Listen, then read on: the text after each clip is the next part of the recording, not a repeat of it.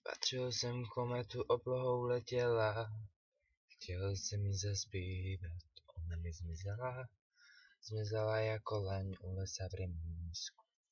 V očích mi zbylo jen pár žlutých penízků, penízky ukryl jsem do hlíny pod dubem, až příště přiletí, my už tu nebudem, ach bychom marnili. Spatřil jsem kometu, chtěl jsem ji zaspívat o vodě, o trávě, o lese, o smrti, se kterou smířit se nejde se, o lásce, o zradě, o světě a o všech lidech, co kdy žili na téhle planetě.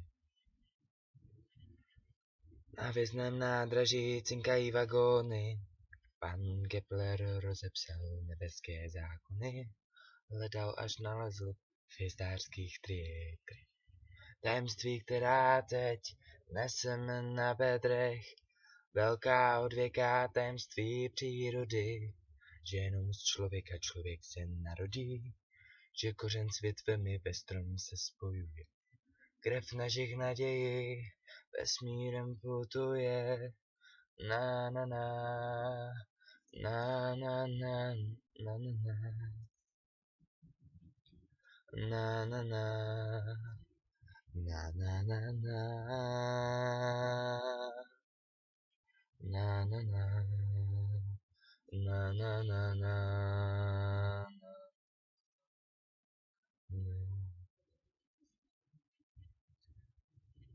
Spatřil jsem kometu, byla jak reliéf, spod rukou umělce, který už nežije.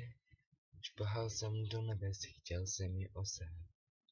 Marnost mě vysvlékla celého do náha, jak socha Davida z bílého mramoru. Stál jsem a hleděl jsem nahoru, až příště přiletí, ach bychom marnili. My už tu nebudem, ale jiný zaspívá o vodě, o trávě, o lese, o smrti, se kterou smířit nejde se, o lásce, o zradě, o světě. Bude to písnička o nás a kometě.